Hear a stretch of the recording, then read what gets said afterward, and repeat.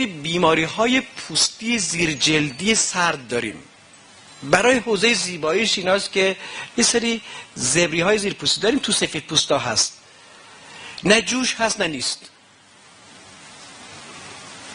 اینها از شدت سردی عضلات پدید آمده. عضلات صفرا درش نیست، چون صفرا درش نیست این چربی رو نمیتونه ذوب بکنه و چون چربی رو نمیتونه ذوب بکنه به شکل دانه های ریز تو سطح پوست میمونه.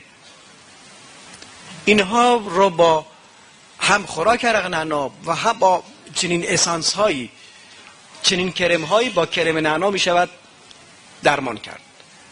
اگر خود اسانس خالص بمالید میسوزونه پوست رو، باعث اسانس قاطی یک مواد چرب رو که بمالید، ضمن که اینا رو ذوب میکنه گرمی هم به کل تن میده.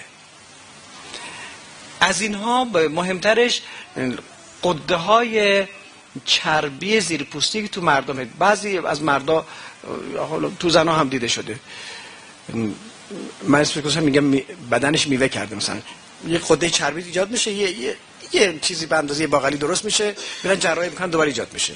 اگر بخوایم این ایجاد نشه باید عرق نعنا بخوره با عسل یا هر گرمی دیگر که ایجاد نشه.